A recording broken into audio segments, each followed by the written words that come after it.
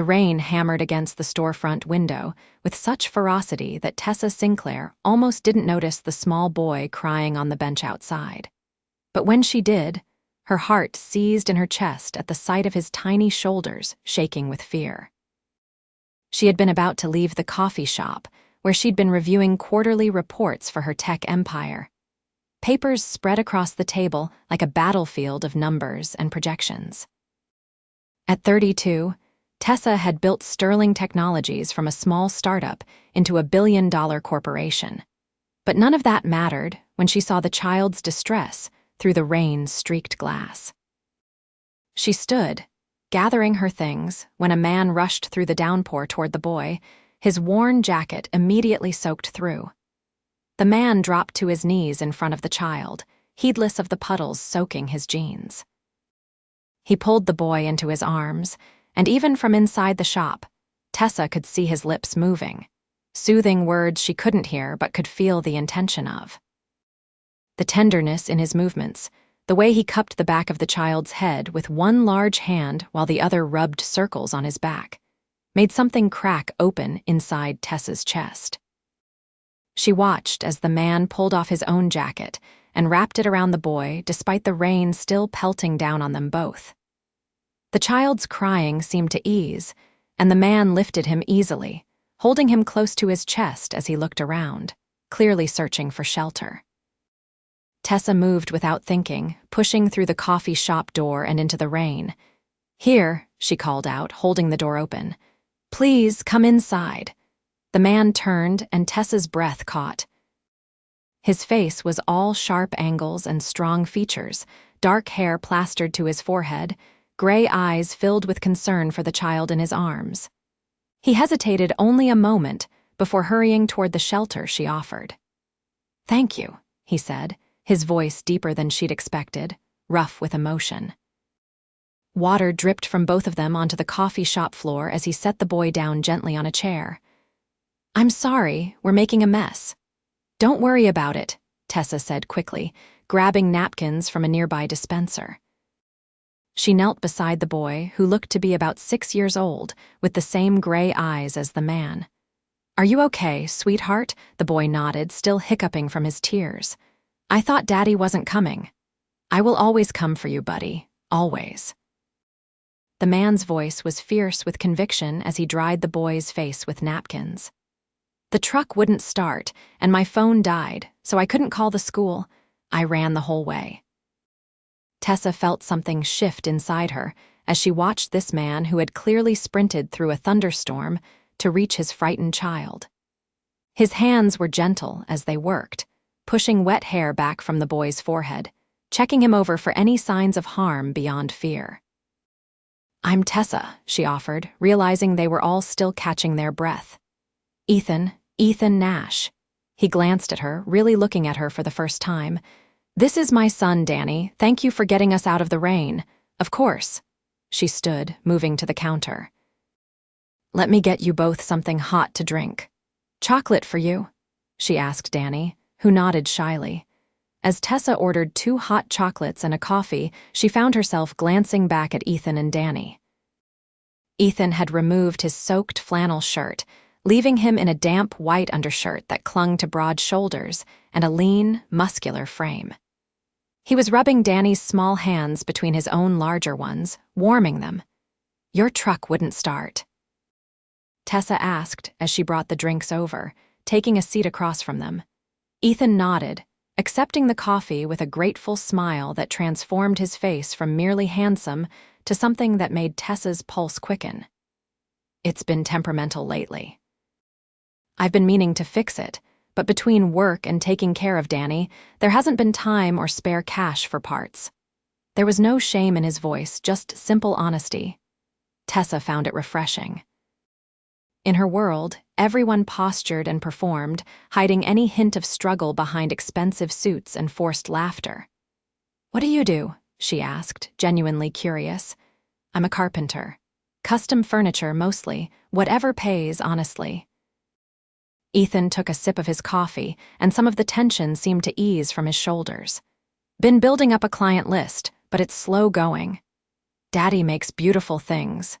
Danny piped up, his fear forgotten now that he was warm and safe with his father beside him. He made my bed.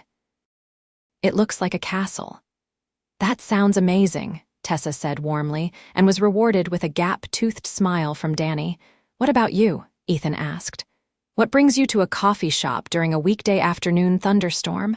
I needed somewhere quiet to work, Tessa said, not elaborating. She rarely told people about her company right away. It changed how they treated her, and she was enjoying this moment of normalcy too much to risk it. They talked as the rain continued to pound against the windows. Danny finished his hot chocolate and asked if he could look at the books in the reading corner of the coffee shop. Ethan watched him go with such love in his eyes that Tessa felt her throat tighten.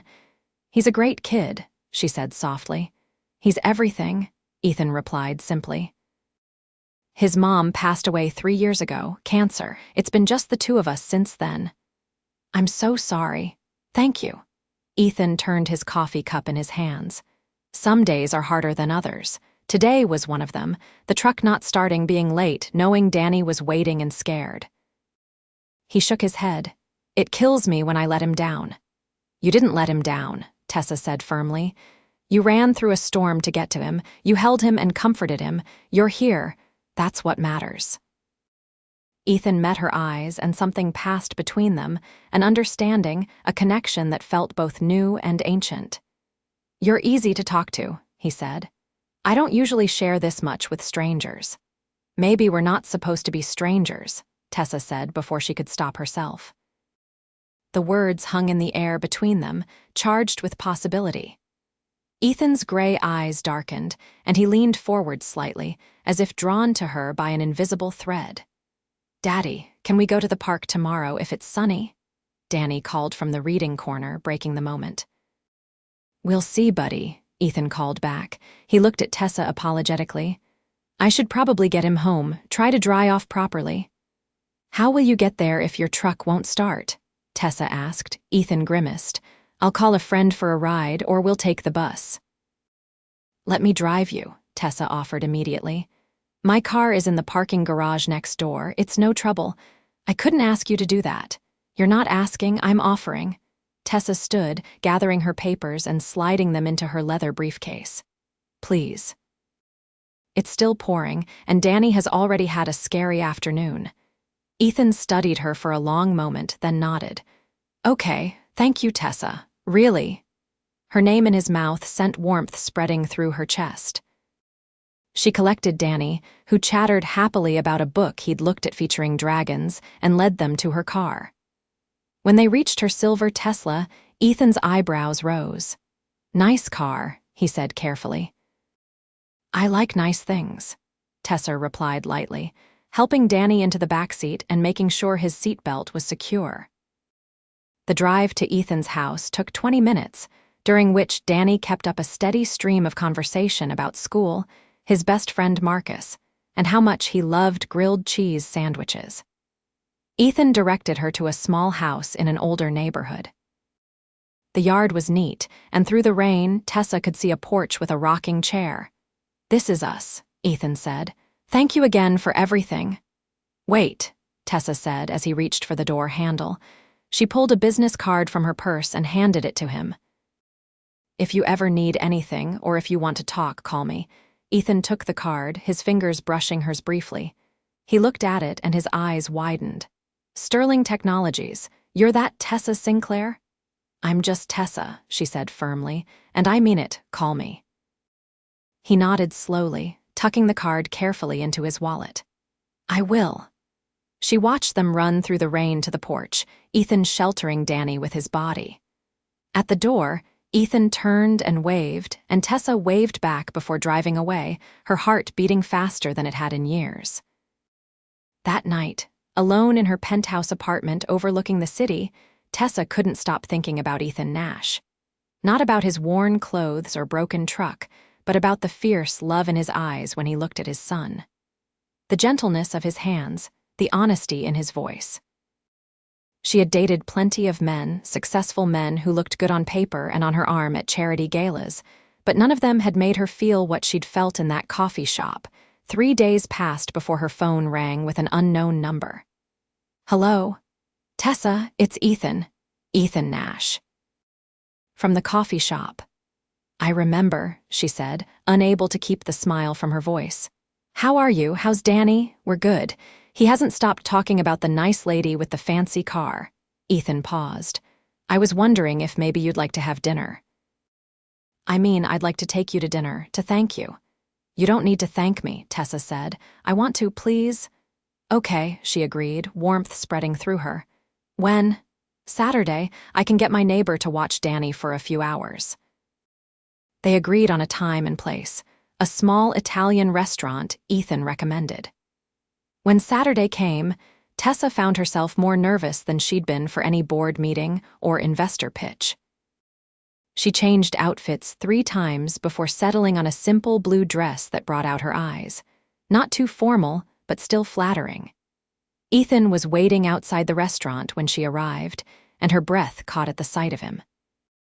He wore dark jeans and a button-down shirt that emphasized his broad shoulders, his dark hair neatly combed. When he saw her, his face lit up with a smile that made her knees weak. "You look beautiful," he said, his voice sincere. "Thank you. You look pretty great yourself."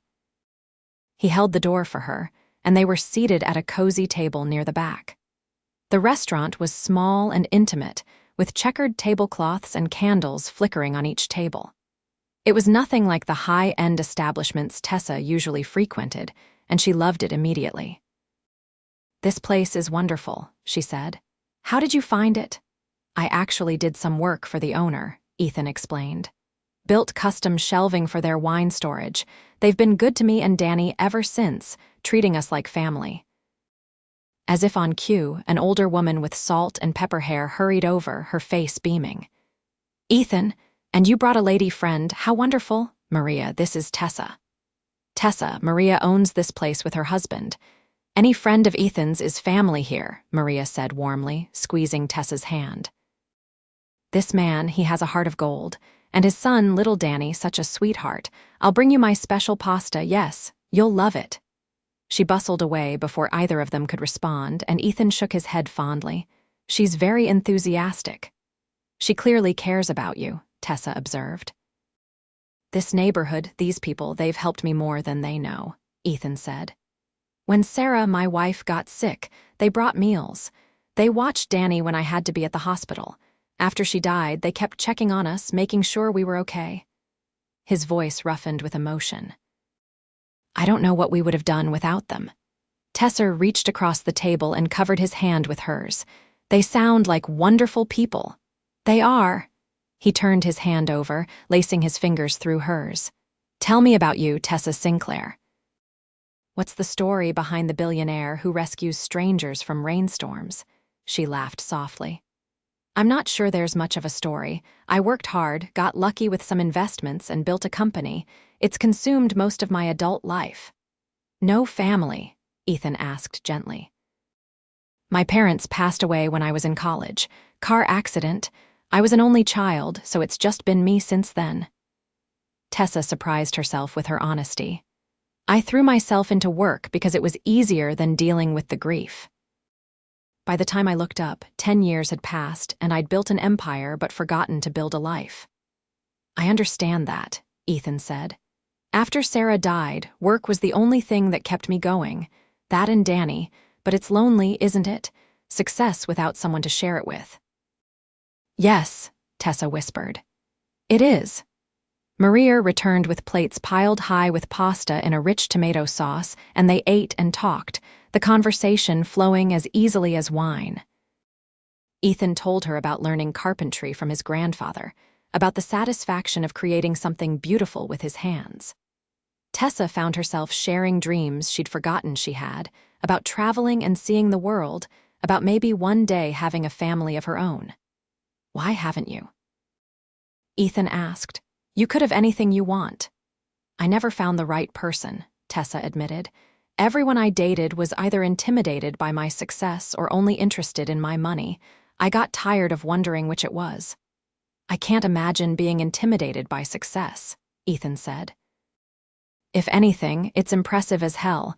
what you've built, what you've accomplished that takes incredible intelligence and determination. Thank you. Tessa felt tears prick her eyes at his simple acceptance. You don't know how much that means to me. I think I do. He squeezed her hand. Can I ask you something? What made you stop that day at the coffee shop? You could have just kept walking. Tessa thought about it, wanting to give him an honest answer. I saw the way you held Danny, the way you comforted him. My whole life, I've been surrounded by people who see relationships as transactions, who calculate the benefit of every interaction. But what you did was pure love, no calculation, no benefit. Just a father loving his son. It reminded me that's what I've been missing. That's what I want. Ethan's eyes were intense as he looked at her. I'd like to see you again, Tessa, if you want that too. I do, she said without hesitation. I really do. They left the restaurant hours later, neither wanting the evening to end. Ethan walked her to her car, and in the glow of the streetlight, he cupped her face gently in his hands. I'm going to kiss you now, he said softly. If that's okay. That's very okay, Tessa breathed. His lips met hers, gentle at first, then deeper as she pressed closer. He tasted like wine and promise, and when they finally broke apart, Tessa was dizzy with wanting. I should go, Ethan said reluctantly. I told Mrs. Peterson I'd be back by 10. Go, Tessa said, even though she wanted to pull him back. Kiss Danny goodnight for me. I will. She drove home with her fingers touching her lips, unable to stop smiling. Her phone rang as she was getting ready for bed. Did I wake you? Ethan's voice was warm in her ear. No, I was just thinking about you. Good things, I hope. Very good things, Tessa confirmed. Did you make it home okay? Yeah, Danny was already asleep, but Mrs. Peterson said he was good. He asked her if you were going to be my girlfriend. Tessa laughed. What did she say? She said that was between you and me. Ethan paused. What would you say if he asked you? I'd say I'd like that very much, Tessa said softly. Then it's official. I'm dating a billionaire.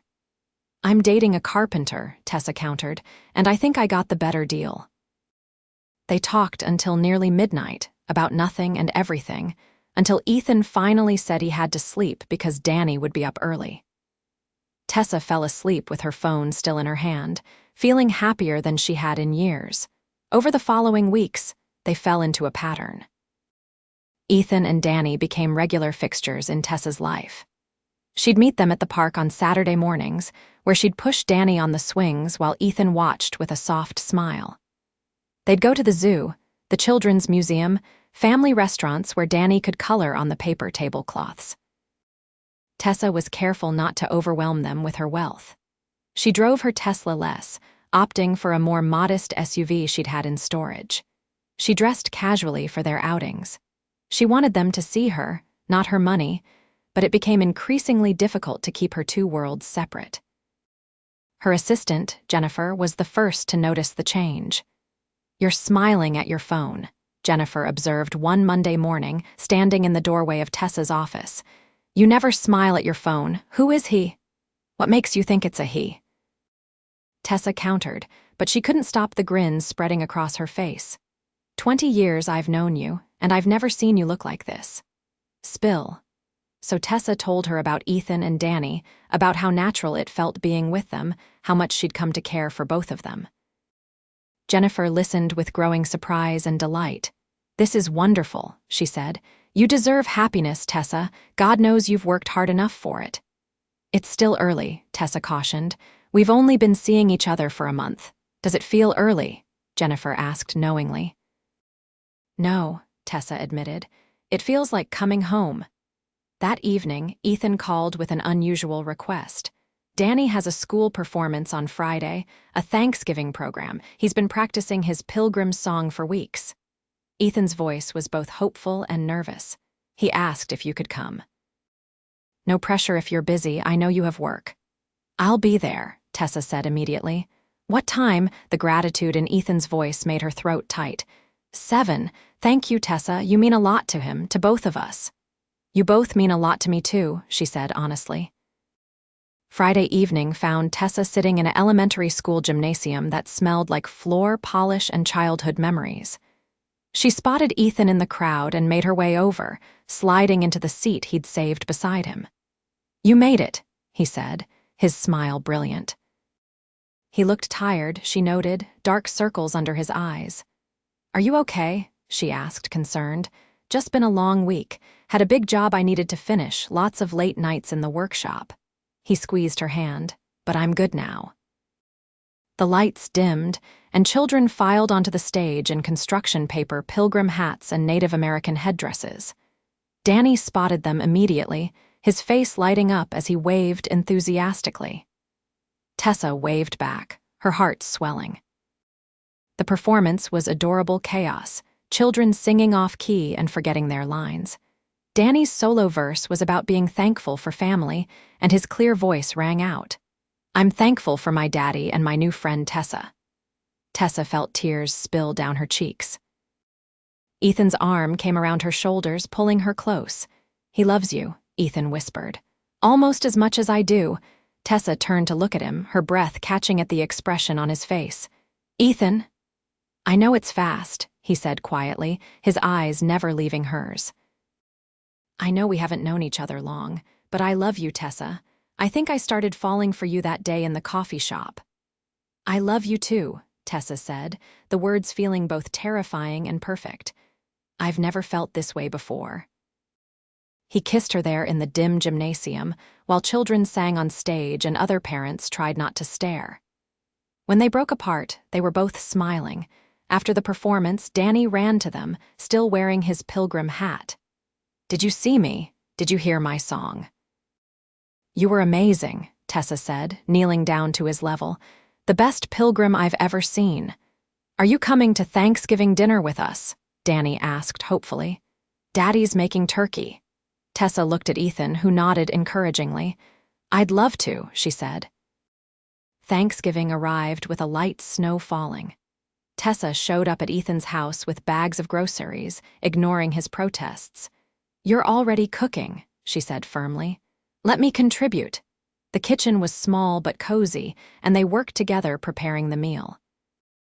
Danny helped by setting the table with childish precision, making sure the forks were perfectly straight.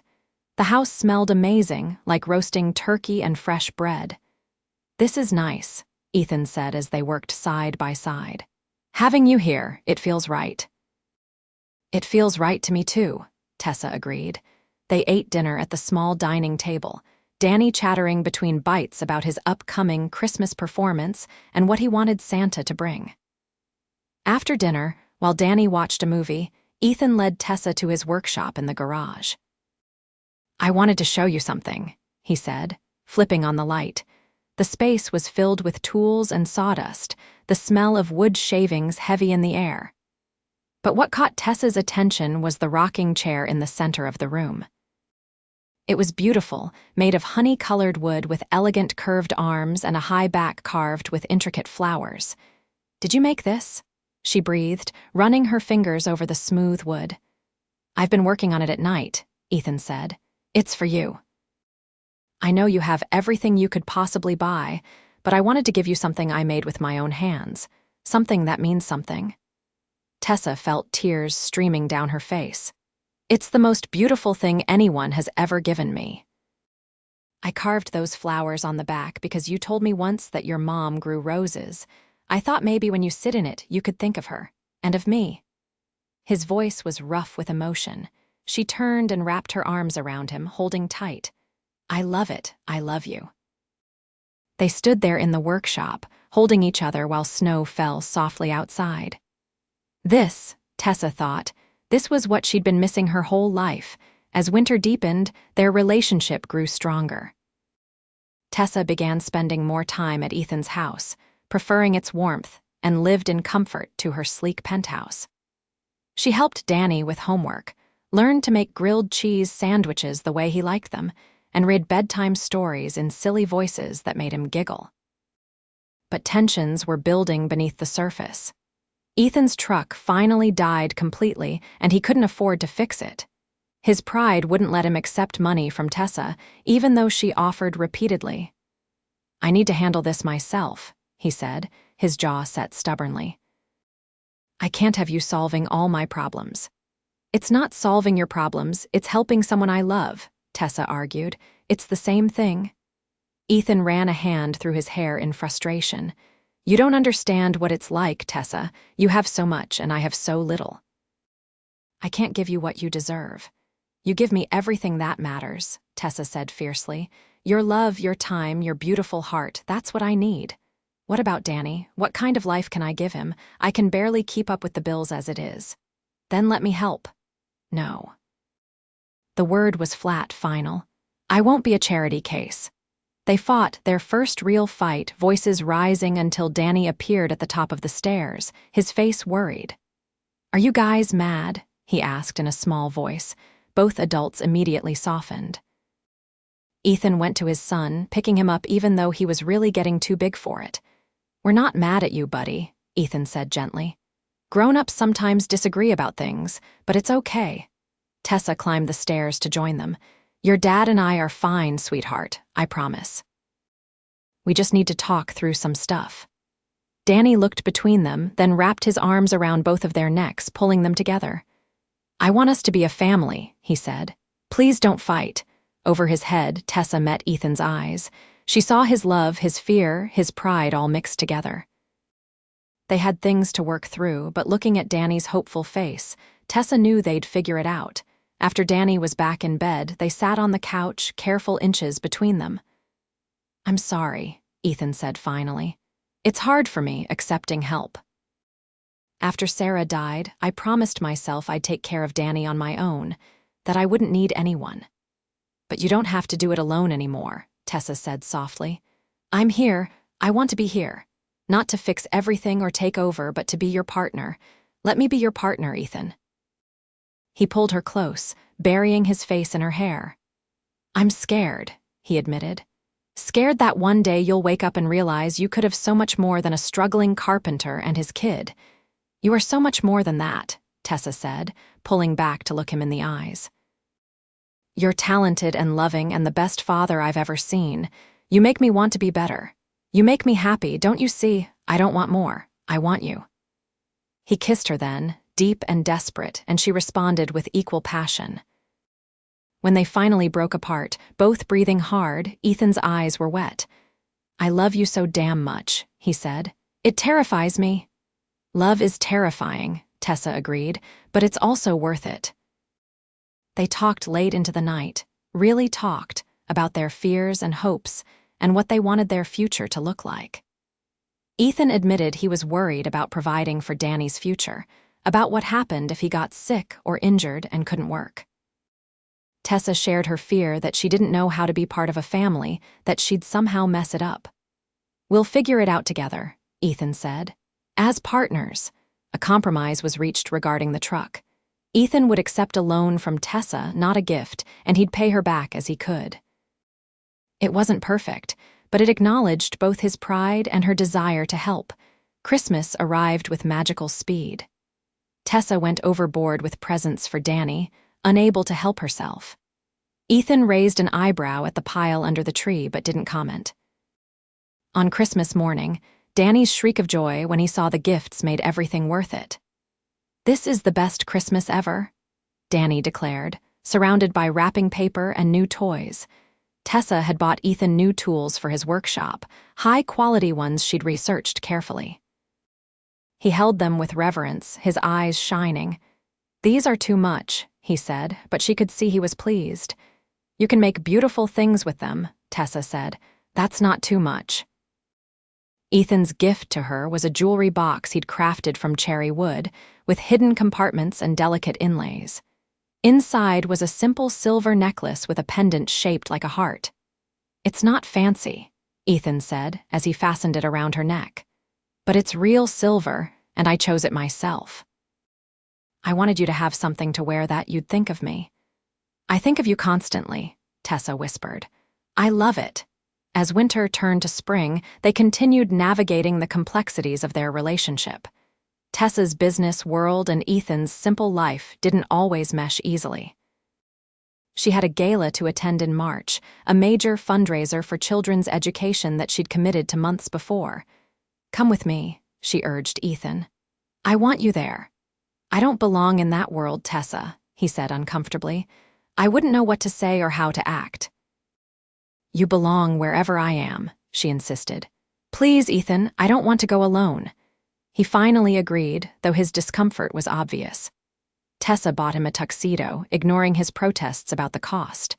The night of the gala, he looked devastatingly handsome, though he kept tugging at his bow tie. "You look perfect," Tessa assured him, stunning in a silver gown that made her eyes glow. "Just be yourself." The gala was everything Tessa usually found tedious. Forced conversation, artificial smiles, people trying to impress each other with their wealth and connections. But having Ethan beside her made it bearable. He was quiet at first, observing, but when people asked him questions, he answered honestly about his work and his son. Tessa watched with pride as people responded to his genuine warmth. A businessman asked about custom furniture, and soon Ethan was describing his process with enthusiasm. By the end of the night, he had 3 potential new clients. "That wasn't so bad," he admitted on the drive home, "though I'm never getting used to tiny food on big plates." Tessa laughed. "You were amazing. Everyone loved you." "They loved that I was with you," Ethan corrected. "But I get it now, why you have to attend these things. It's part of your work, your responsibility. I can support that." "And I can support you staying home with Danny when you want to," Tessa said. "We don't have to be together every second. We just have to be committed to each other." As spring bloomed into summer, Danny finished first grade, and they celebrated with ice cream and a trip to the beach. Watching Ethan chase Danny through the waves, both of them laughing and soaked with seawater, Tessa felt a fierce longing. She wanted this to be her life, not just stolen moments but a real, permanent family. That night, after Danny was asleep and she and Ethan sat on his back porch watching fireflies, she brought up the subject carefully. "I've been thinking about the future," she said. "About us." "Me too," Ethan admitted. "I think about it all the time." "What do you see when you think about it?" He was quiet for a moment, his hand warm in hers. "I see you and me and Danny together, really together, not just dating but building a life. I see maybe giving Danny siblings someday. I see growing old with you." He turned to look at her. "Is that crazy? We've only been together 6 months." "It's not crazy," Tessa said, her heart soaring. "I see the same things. I want the same things." "I want to marry you, Tessa," Ethan said, his voice rough with emotion. "I want to wake up next to you every morning and fall asleep with you every night. I want to build furniture while you change the world, and then come together at the end of the day and just be us. But I don't have a ring, and I can't afford the kind of wedding you deserve," and Tessa stopped his words with a kiss. "I don't care about rings or fancy weddings. I care about you." "About us? The answer is yes, Ethan. Yes, I'll marry you." He pulled her close, and they sat there under the stars, making plans for their future. They'd tell Danny first, of course. Then they'd figure out the logistics, where to live, how to blend their lives. Tessa suggested they buy a new house together, something that would be theirs, not his or hers. "I want Danny to have a yard to play in," she said. "And you need a bigger workshop, somewhere you can really expand your business." "Our business," Ethan corrected gently. "Everything I have is ours now, Tessa, including the struggles and the debts." "Then everything I have is ours too," she said firmly, "including the resources to make our dreams real." They told Danny the next morning over pancakes. His reaction was exactly what they'd hoped for, pure, uncomplicated joy. "Does this mean Tessa will be my mom?" he asked, his eyes huge. Tessa felt her throat close with emotion.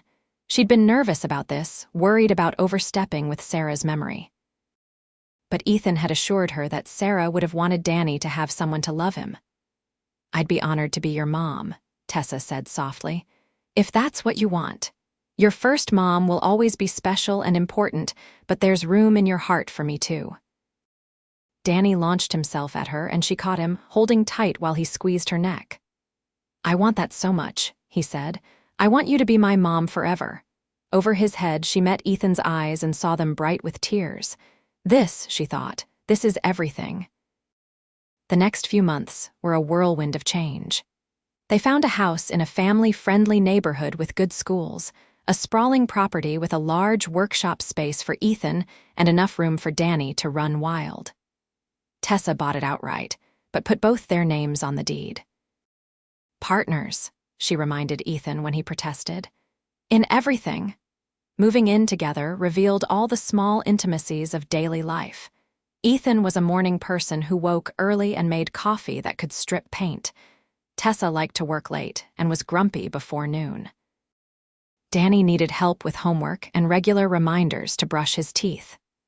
They learned each other's rhythms, adjusted and adapted, and slowly the house became a home. Tessa scaled back her hours at work, delegating more to her capable team. She'd spent years building sterling technologies into something that could run without her constant oversight, and now she was grateful for that foresight. She still went to important meetings and made major decisions, but she was home for dinner most nights, helping with homework and listening to Danny's rambling stories about his day. Ethan's business began to flourish with the new workshop space and the contacts he'd made at the gala. Word spread about his craftsmanship, and suddenly he had more work than he could handle. Tessa helped him hire an apprentice, a young man named Marcus who was eager to learn. "I never thought I'd have employees," Ethan said, watching Marcus work. "I never thought I'd have any of this." "You deserve it," Tessa said, wrapping her arms around him from behind. "You're talented and hardworking. People see that." They decided on a small wedding in the fall, just close friends and family. Tessa wore a simple white dress, and Danny served as ring bearer with intense concentration. When Ethan said his vows, his voice broke. "You saved me," he said, holding her hands. "That day in the rain, when I was running late and scared and feeling like I was failing at everything, you appeared like an angel. You saw me at my worst and chose to stay. You love my son like he's your own. You've given us a life I never dreamed possible. I promise to spend every day proving I'm worthy of that gift." "You don't have to prove anything," Tessa said, tears streaming down her face. "You already gave me everything I needed. A family, a home, a reason to slow down and appreciate the small moments. You taught me that success isn't about money or power, it's about love. I choose you, Ethan Nash, today and every day." When the minister pronounced them husband and wife, Danny cheered louder than anyone. At the reception, held in their new backyard under twinkling lights, he danced with both of them, his face glowing with happiness. That night, after Danny was asleep and the guests had gone home, Tessa and Ethan sat on their back porch, her head on his shoulder. "We did it," Ethan said softly. "We're married." "Best decision I ever made," Tessa replied. Life settled into a comfortable rhythm over the following year. Tessa officially adopted Danny, a process that involved paperwork and court appearances, but was worth it to see his face when the judge declared her his legal mother. They framed the adoption certificate and hung it in Danny's room beside photos of Sarah, honoring the past while embracing the future. Ethan's business continued to grow. He hired 2 more employees and started teaching workshops on woodworking. Tessa loved watching him in his element, patient and skilled, sharing his knowledge with others. He was becoming known not just locally but regionally for his work. "I got a call today," he told Tessa one evening.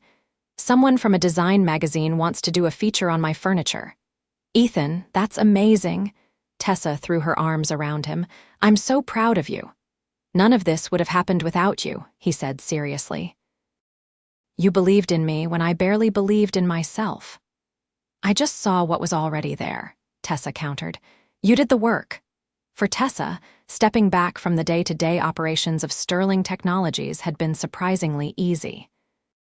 She remained on the board and consulted on major decisions, but she'd promoted Jennifer to CEO, and the company thrived under her leadership.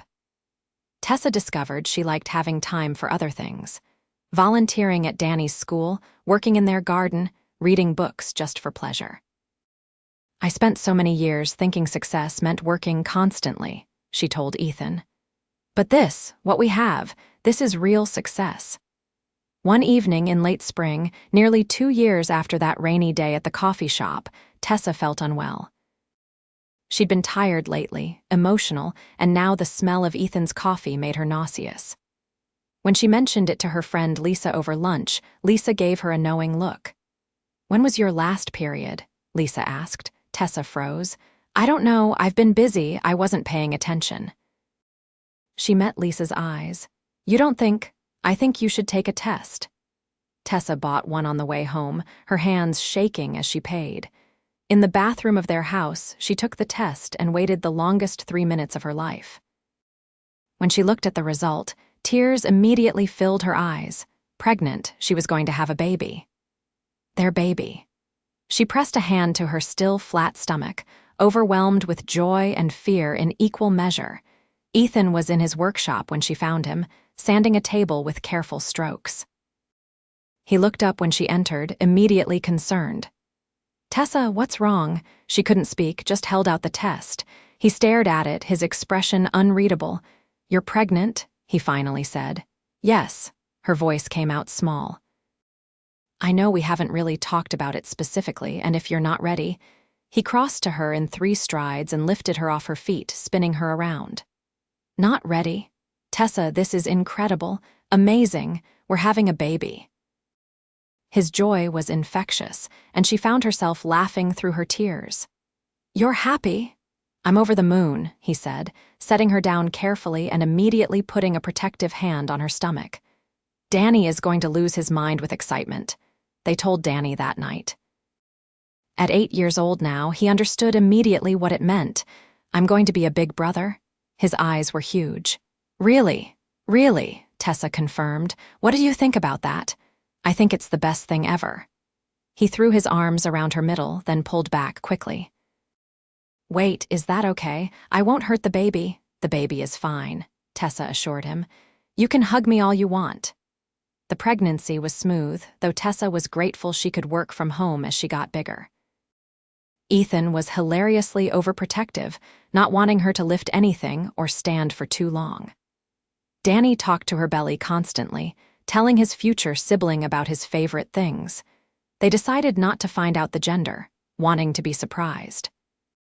Ethan converted one of the spare rooms into a nursery, building a beautiful crib with the same care he put into all his work. Tessa watched him work, her heart full. "Remember when you said you couldn't give me what I deserved?" she said one afternoon. He looked up from the crib. "I remember. Look at what you've given me. A home, a family, a baby on the way. This is everything I could ever want." "You gave me just as much," Ethan said, crossing to kiss her. "Everything I have, everything I am, it's better because of you." In early December, during a light snowfall that reminded Tessa of that first Christmas together, her water broke. The drive to the hospital was chaotic, Ethan alternating between excitement and panic while Danny chattered nervously in the backseat. Mrs. Peterson met them at the hospital to take Danny home, promising to bring him back as soon as there was news. Labor was long and difficult, but Ethan never left her side. He held her hand and whispered encouragement and reminded her to breathe. 18 hours after they arrived at the hospital, their daughter was born. "She's perfect," Ethan breathed, tears streaming down his face as the nurse placed their baby in his arms. "Tessa, she's absolutely perfect." Tessa had never seen anything more beautiful than her husband holding their daughter, this tiny person they'd created together. When he carefully transferred her to Tessa's arms, she counted 10 tiny fingers and 10 tiny toes, marveling at the impossibility of her. "What should we name her?" Ethan asked. They discussed names but never settled on one. Now, looking at their daughter's face, Tessa knew. "Hope," she said. "Her name is Hope." "Hope Nash," Ethan said, testing it. "It's perfect. She's our hope, our future." When they brought Danny to meet his sister, his face was a picture of awe. "She's so small," he whispered, afraid to speak too loud. "You were this small once," Ethan told him. "Can I hold her?" Danny asked hesitantly. They settled him carefully in a chair and placed Hope in his arms, supervising closely. Danny stared at her like she was made of glass and magic. "I'm your big brother," he told her seriously. I'm going to protect you and teach you stuff and make sure nobody is ever mean to you. Tessa met Ethan's eyes over their children's heads, and the love she saw there was so profound it took her breath away. This was her family. This was home. The first few months with a newborn were exhausting and wonderful. Tessa had never understood why people called it the most amazing time of their lives when she was functioning on 2 hours of sleep. But watching Ethan walk Hope around the house at 3 a.m, singing softly, she understood. Or seeing Danny's face light up when Hope smiled at him for the first time. These moments were precious beyond measure.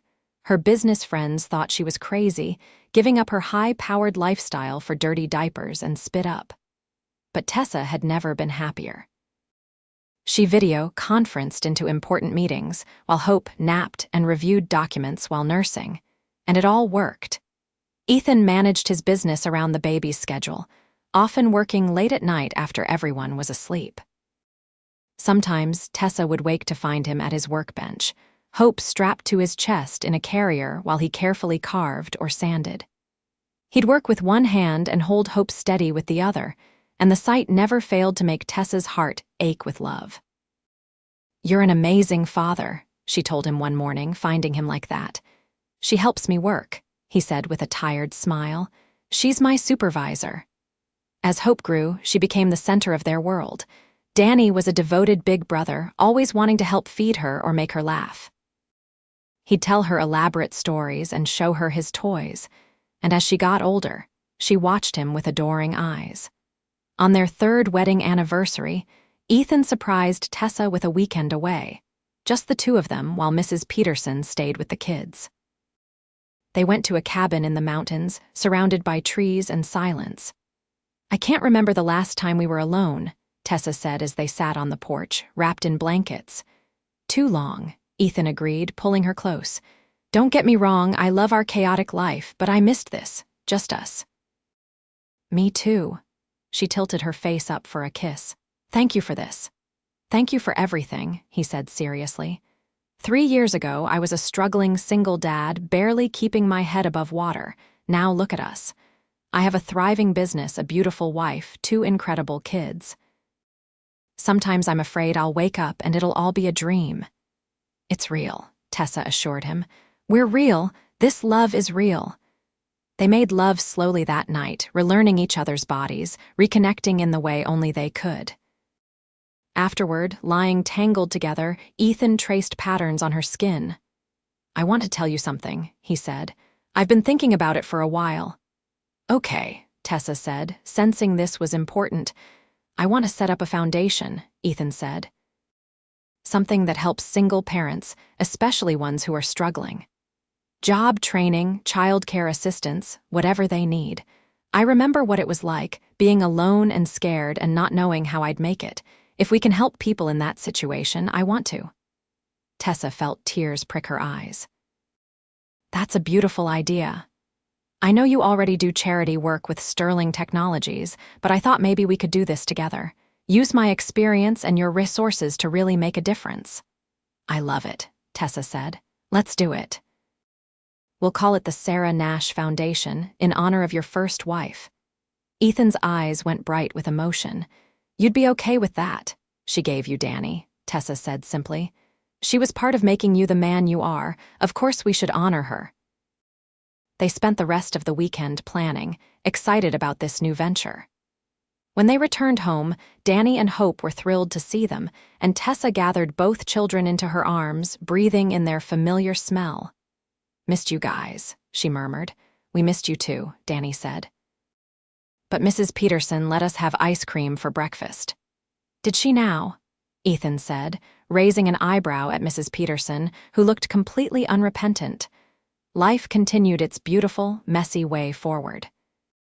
The Sarah Nash Foundation launched a year later, providing resources to struggling parents across the state. Tessa and Ethan worked together on it, combining their different strengths to create something meaningful.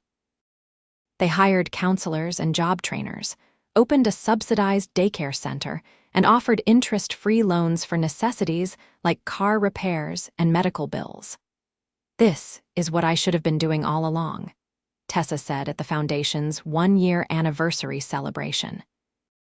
"Using what I have to help people, not just accumulating more wealth." "You've always been generous," Ethan reminded her, "but I know what you mean. This feels different, more personal." Danny was 10 now, thriving in school and already showing an interest in his father's woodworking. Hope was 2, a whirlwind of energy and curiosity who kept them all on their toes. Their house was always full of noise and laughter and life.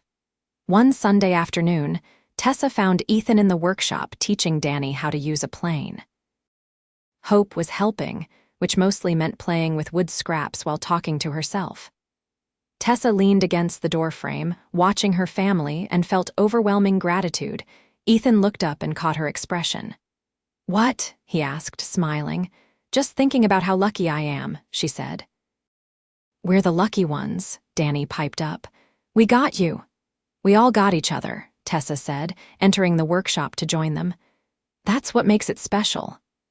That night, after both kids were in bed, Tessa and Ethan sat in the rocking chair he'd made for her all those years ago. It had pride of place on their back porch, and they often ended their evenings there, rocking gently while watching the stars. "Do you remember that day in the coffee shop?" Tessa asked. "When I saw you with Danny in the rain?" "Every detail," Ethan said. "I was so scared I'd let him down." "And then you appeared." "I knew right then," Tessa admitted. "When I saw how you held him, how you comforted him, I knew you were something special. I just didn't know you'd become my entire world." "You saved us both," Ethan said softly. "Not with money or resources, though those helped. You saved us by loving us, by choosing us, by making us your family." "You saved me too," Tessa said. "I was so lonely before you, so focused on work that I forgot to live. You and Danny and Hope, you taught me what really matters." They sat in comfortable silence, rocking slowly, the night sounds of crickets and wind a gentle symphony around them. This was peace, Tessa thought. This was happiness. Not the achievement or the accolades or the wealth, but this. A man's arms around her, their children sleeping safely inside, and a future stretching before them full of possibility. 5 years later, on a spring morning that felt like a gift, Tessa woke to find Ethan already up, standing by the window of their bedroom. She watched him for a moment, admiring the way the light caught his profile, the silver just beginning to thread through his dark hair. "What are you thinking about?" she asked softly. He turned, smiling when he saw she was awake. "Everything. Nothing. How grateful I am." 15-year-old Danny was preparing for high school, already talking about maybe studying architecture or design. 7-year-old Hope was a second grader with her father's artistic talent and her mother's determination. The Sarah Nash Foundation had expanded to 3 states, helping hundreds of families. Ethan's furniture was featured regularly in design magazines, and he'd been invited to show his work at a prestigious gallery in New York. Tessa had stepped down from Sterling Technologies' board entirely, content to focus on the foundation and her family. They'd talked recently about maybe having one more child, though they were still deciding. There was time, Tessa thought. They had time for everything now. "Come back to bed," she said, holding out her hand. Ethan crossed to her, taking her hand and pulling her up instead. "Let's go make breakfast for the kids. I want to see their faces this morning." They went downstairs together, hand in hand, and started preparing pancakes, Danny's favorite. When both children stumbled into the kitchen, sleepy and beautiful, Tessa's heart swelled. "Why are you making breakfast?" Danny asked suspiciously. "You never make breakfast on weekdays." "Can't we do something nice without ulterior motives?" Ethan asked innocently. "Nope," Danny said, but he was grinning. They ate together, the 4 of them, talking and laughing and planning their day.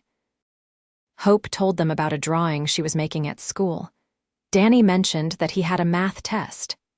Ethan reminded everyone about Hope's soccer game that evening. These were the moments, Tessa thought, watching her family.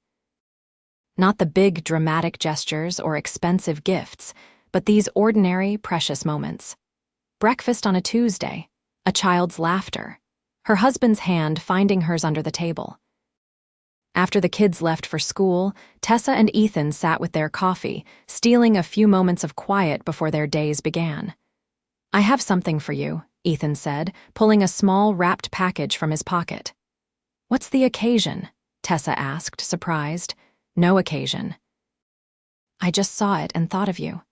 She unwrapped it carefully to find a delicate bracelet made of silver and carved wood, the two materials intertwined in an elegant pattern. "I made it in my workshop," Ethan explained. "The wood is from the tree in our backyard, the one Hope likes to climb. And the silver represents you. Together, they're stronger than they'd be alone." Tessa felt tears spill down her cheeks as he fastened it around her wrist. "It's beautiful. You're beautiful. I love you," he said simply. "More now than the day we met, which I didn't think was possible." "I love you too," Tessa whispered. "Thank you for finding me. Thank you for letting me love you and Danny and Hope. Thank you for this life." "Thank you for seeing me," Ethan said. "For seeing past the broken truck and the fear and the struggle to who I really was, for giving us a chance." They kissed there in their sunny kitchen, the taste of coffee on their lips, the sounds of their life humming around them. It wasn't perfect, Tessa thought. They still had bad days and disagreements and struggles, but it was real and it was theirs, and it was everything she'd ever needed. That evening, they all went to Hope's soccer game. She scored a goal, and they cheered so loud other parents looked over, amused. After the game, they went for ice cream, and Hope fell asleep in the car on the way home, her face still sticky with chocolate. Danny carried her inside, careful not to wake her, and Tessa's heart caught at the sight of her son, nearly a man now, being so gentle with his little sister. Ethan met her eyes over their children's heads, and she knew he was thinking the same thing. This was it. This was everything. Not the money or the success or the recognition, but this. A family built on love, children growing strong and happy, a partnership that grew deeper every day. That night, after both kids were in bed, Tessa and Ethan ended up in his workshop. He was finishing a commission, a dining table for a family celebrating their 50th anniversary. 50 years, Tessa said wonderingly. "Can you imagine? With you?" Ethan set down his tools and pulled her close. "Absolutely. 50 years won't be enough." She kissed him, pouring all her love into it. When they broke apart, both breathless, she rested her forehead against his.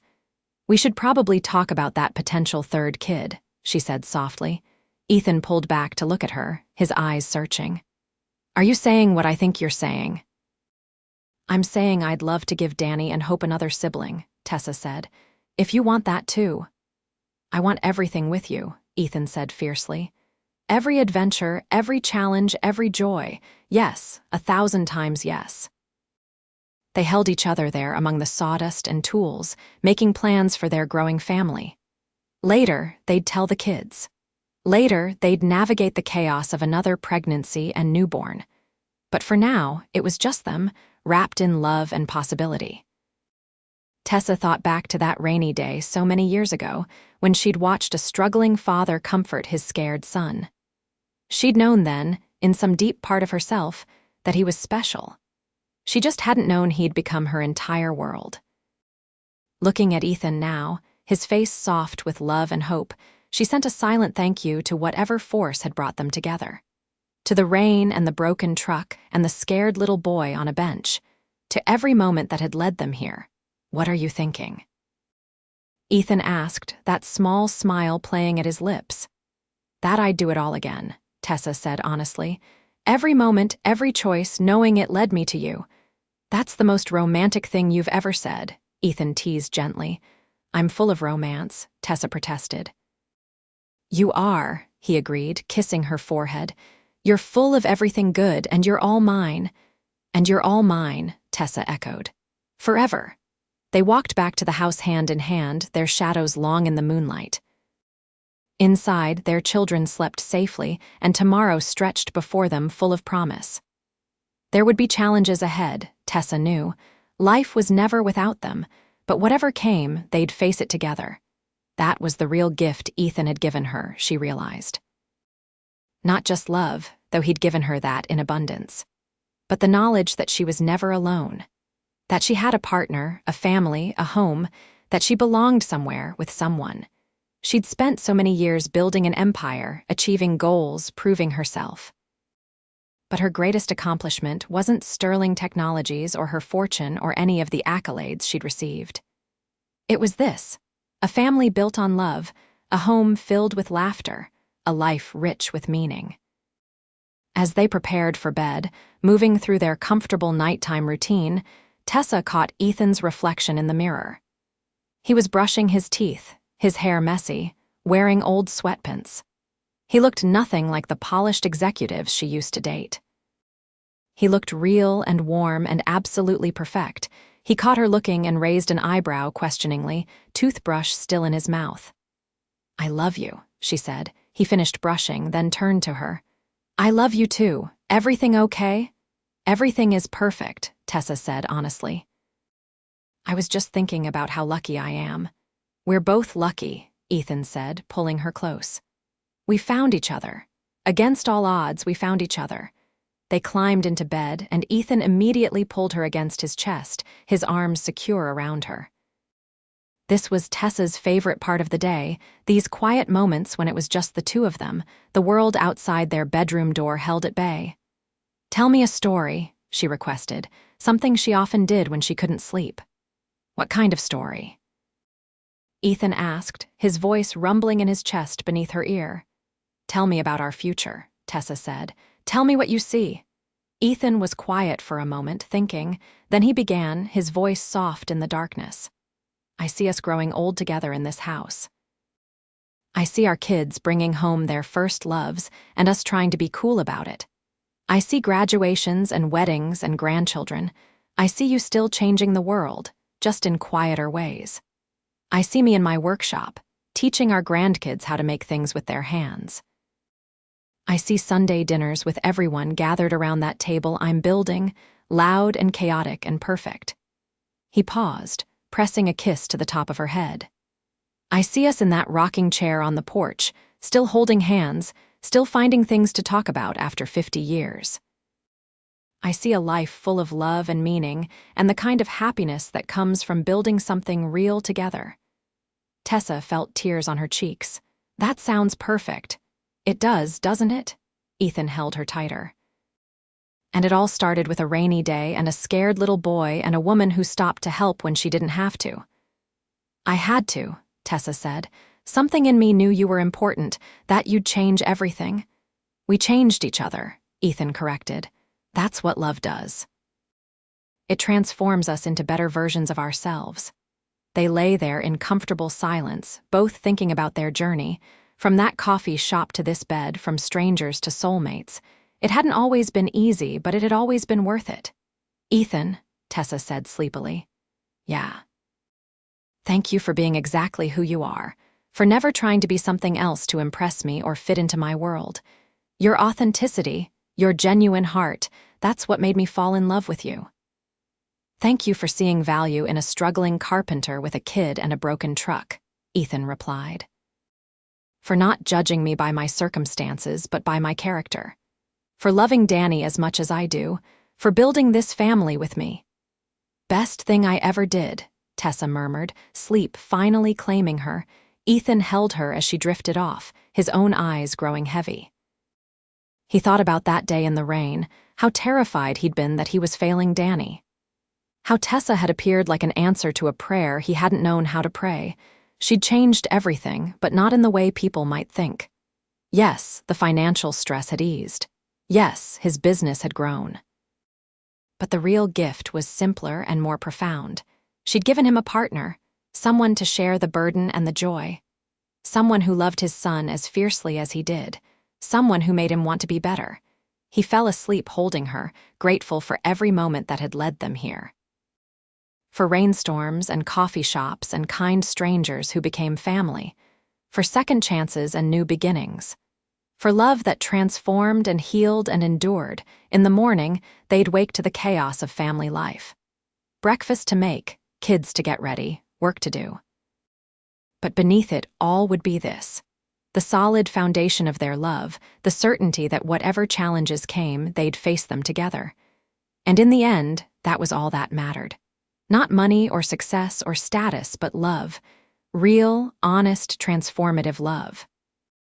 The kind that made you brave enough to let someone see you at your worst and loved enough to be your best. That was what Tessa had found that rainy day, watching a poor dad comfort a scared child. Not just a man to love, but a family to belong to, a home to build, a future to dream about. And what Ethan had found was a partner who saw his worth when he was struggling to see it himself, who loved his child like her own, who brought magic into their ordinary lives and reminded him that he deserved happiness. Together, they'd built something beautiful. Not perfect, because perfection didn't exist, but real and solid and full of love. A family, a home, a life. And as they slept, holding each other in their cozy bedroom while their children dreamed in rooms nearby, the future stretched before them bright with promise. There would be new adventures and inevitable challenges. Another baby to welcome, teenagers to guide, dreams to chase. But whatever came, they'd face it together. Hand in hand, heart to heart, building their beautiful life one day at a time. And that, Tessa thought in her dreams, was the greatest gift of all. Not wealth or success, but this. A love that was real, a family that was whole, a heart that was finally completely home.